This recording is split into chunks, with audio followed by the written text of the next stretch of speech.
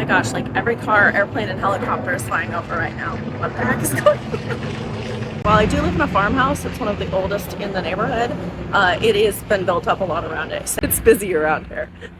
So bear with me. Hi there, I'm Katie. Welcome back to my channel. Today I'm going to focus on my front porch and decorating for fall. It's been near 90 around here in the Pacific Northwest, and that is way too hot for us, so I've been putting it off, but it's dropped down into the 80s today. It's earlier in the day and I'm going to try to get started on it. It has actually felt a little bit like fall the past few days, where it has that hazy sunshine in the morning, so I'm really looking forward to getting this going. My fall porch from last year was definitely my most watched video, so we'll see how we do this year. Now, I could just show you the decorating and leave it at that with some music, but I kind of want to walk you through the thought process behind it. I've been decorating for over a decade, not only for my business, but for personally as far back as I can remember, even as a child. So with any project, I like to start with an inspiration piece. This one was actually a quilt that I ordered on Amazon. It was supposed to be a queen, ended up getting more like a child size perhaps, but I do love the colors, a little bit different than my typical fall decor. This is what I'm going to jump off from, and everything is going to build from this. I was going to use it on the couch that we have on our porch, but anyway, I'll show you how I incorporate that.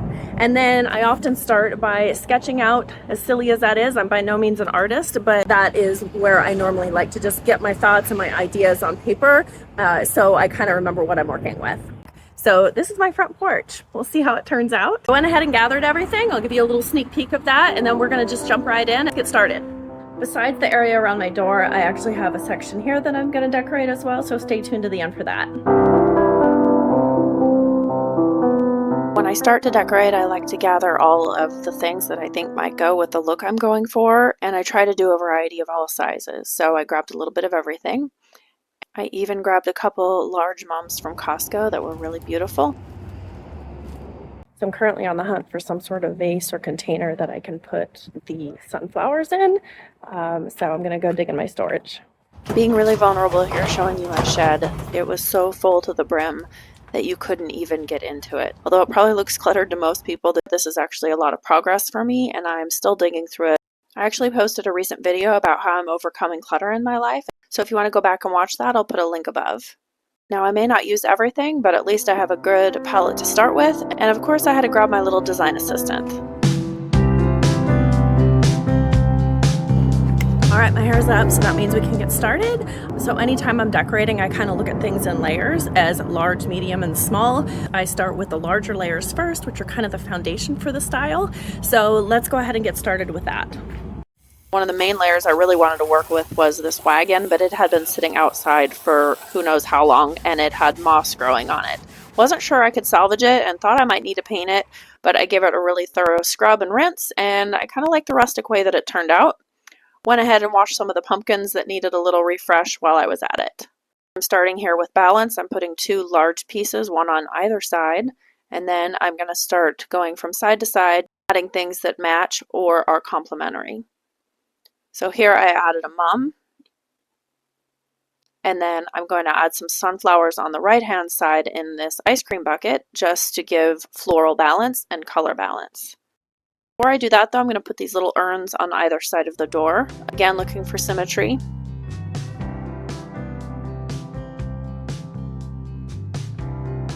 Referencing my sketch just to remind myself of what I had planned, and then tried to pick something for the front door.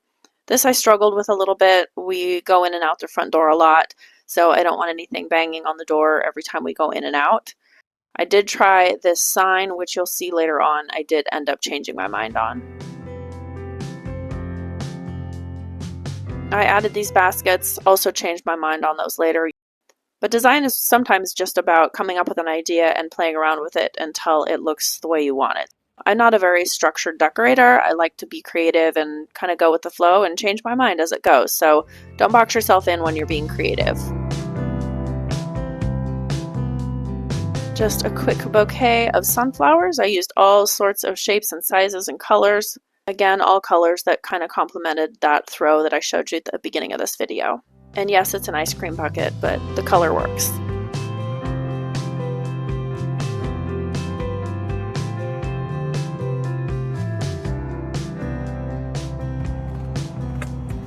So I'm going to attempt to hang these on either side of the door, but I had to order the cylinder that got broken and then some hooks to hold something that's heavy. Even though I would consider these more of like your foundational piece, we're just gonna have to wait till later on. Now that we have the larger pieces in place, kind of that foundation, I'm just looking for general symmetry for height, weight, textures, balance that are equal on both sides or complementary. Now we're gonna go ahead and fill in with all the medium-sized pieces. They won't be small tchotchkes. They're gonna be like pumpkins or canisters or jars, things that have a little bit more statement without being large and foundational. So let's get into that. Pumpkins are a perfect medium-sized character piece that is great for fall. It just adds texture and color and shape. I'm also going to add some metal on the right hand side that complements the metal on the wheels on the left hand side. Here I bring in a different color to complement the ice cream bucket, and then just adding more layers and texture. Again, you can see these are all kind of mid-sized pieces. They're just adding depth to the whole look. Went ahead and swapped out those baskets for this bigger pumpkin, and then I used the green tin as a way to give it some height.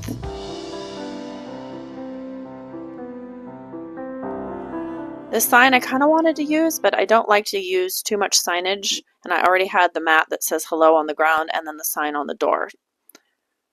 Again, I'm just playing around with what looks right. Pumpkins are going to be the predominant thing. Obviously it's fall, and that's what we all have. And then making sure there's similar colors on both sides, making sure there's similar textures and similar shapes, and even quantity sometimes. So you'll see I put 5 pumpkins on either side. So here I'm kind of feeling like the mid-size pieces are fairly there. It will overlap a little into the details and the small thing.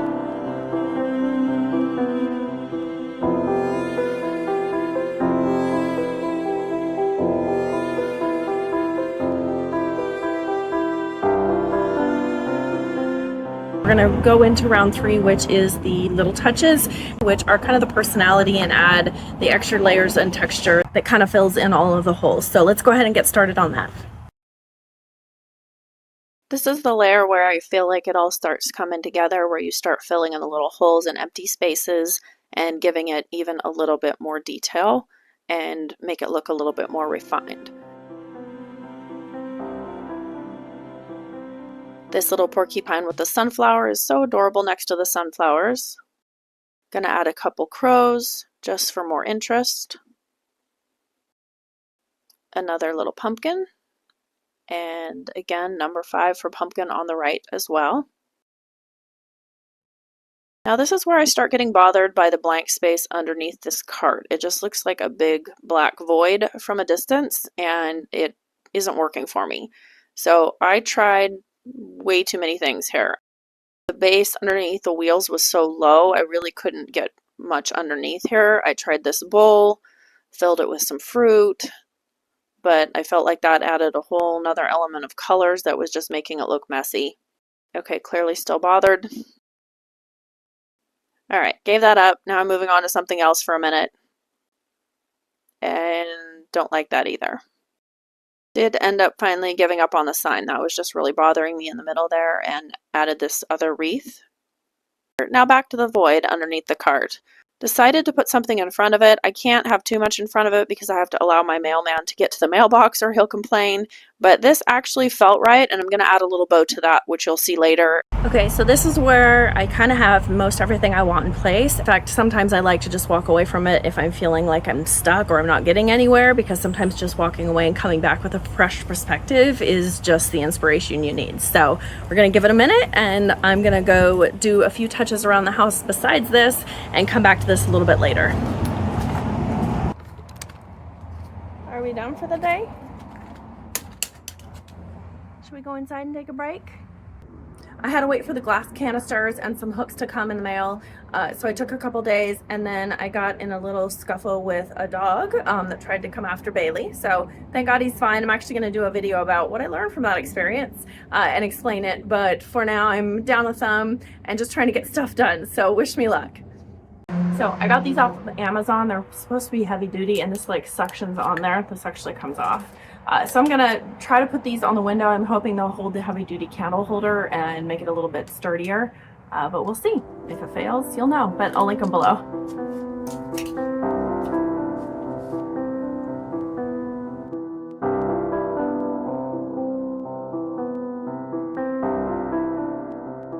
I felt like they'd been up there long enough to add the glass. Then I added in some battery-powered candles, as well as some little risers underneath. They actually look better with a taller pillar, but I didn't have any taller pillars that worked with the look I was going for. I thought about adding some leaf garland around the little pedestal in the bottom to give some just extra interest or visual interest there, but it just didn't look right and opted to use this black and white gingham ribbon. I'm a sucker for gingham any time of year, but fall and winter especially. I just think it's a cute touch. Plus, it's a 1910 farmhouse, and gingham seems to go. Obviously struggling here a bit with my thumb. I probably would have done a little bit bigger bow, but because I'm down a finger, it just was easier for me to tie a simple bow, and I don't mind it. I actually think it turned out okay. Going to add just a couple more little touches like this squirrel, and decided to put the sign to the left of the door.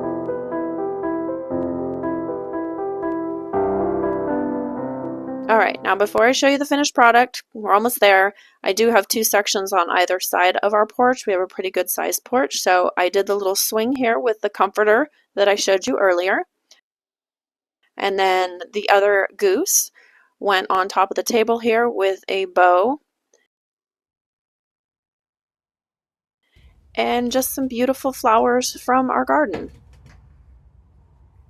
I couldn't forget the window panels that hang on our porch on either side. They're very old and we get so many compliments on these, so if you have a really weird void space to hang some windows in, highly recommend it. And then I just hung wreaths from those as well. Now onto the left-hand side of my porch, we have this couch, very vintage. The cushions are extremely worn, but I have not paid to have them recovered, nor want to tackle that right now. So we often buy inexpensive throws or coverlets to put over them for seasons. Normally softer colors so they don't fade or the fade doesn't show as much, and then they're super easy to just throw in the wash and reuse. So we have a couple for different seasons that we swap out. If you tuck them really well, they ended up turning out pretty good. Here I'm just stuffing a couple pillows with these really cool covers that I got from last year. Obviously I got a little help from my design assistant again.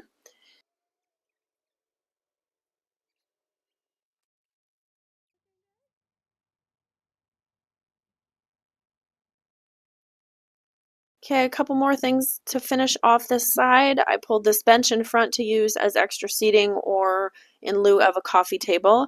And I just wanted to keep this simple because we do use it as a coffee table, and opted to just put 3 pumpkins down the center. I did add a couple candles later.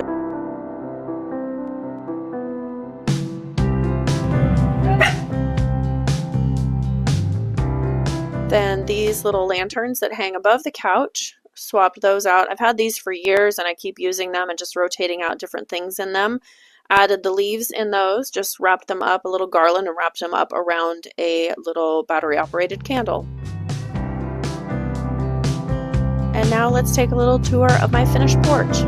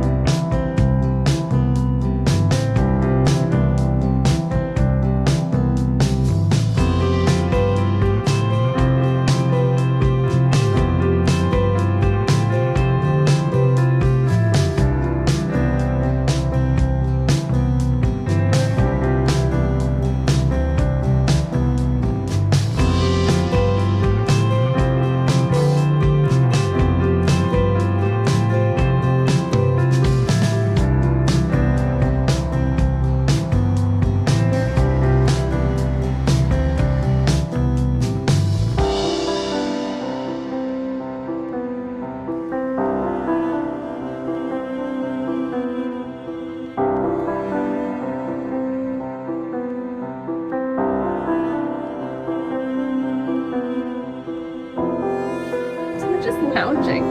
You're just lounging. You're just lazy. Alright, back to work. Well, that's it for today, you guys. I hope this puts you in a fall mood. Maybe go grab yourself a pumpkin spice latte if they're out. I'm not a big pumpkin spice latte fan, but I do have my coffee in my fall cup. My channel is a real mix of hope and home, so if you enjoy biblical encouragement and fun decorating around my farmhouse, please be sure to subscribe. I'm hoping to do my fall mantle here shortly and a few other things, so I'll try to share that as soon as I can. I also love hearing from you, so drop a comment below. Do you decorate similar to the way I do with the layers, or is there a certain technique that you use when you're decorating? And did this video inspire you to get out your fall stuff? I hope it did. So until next time.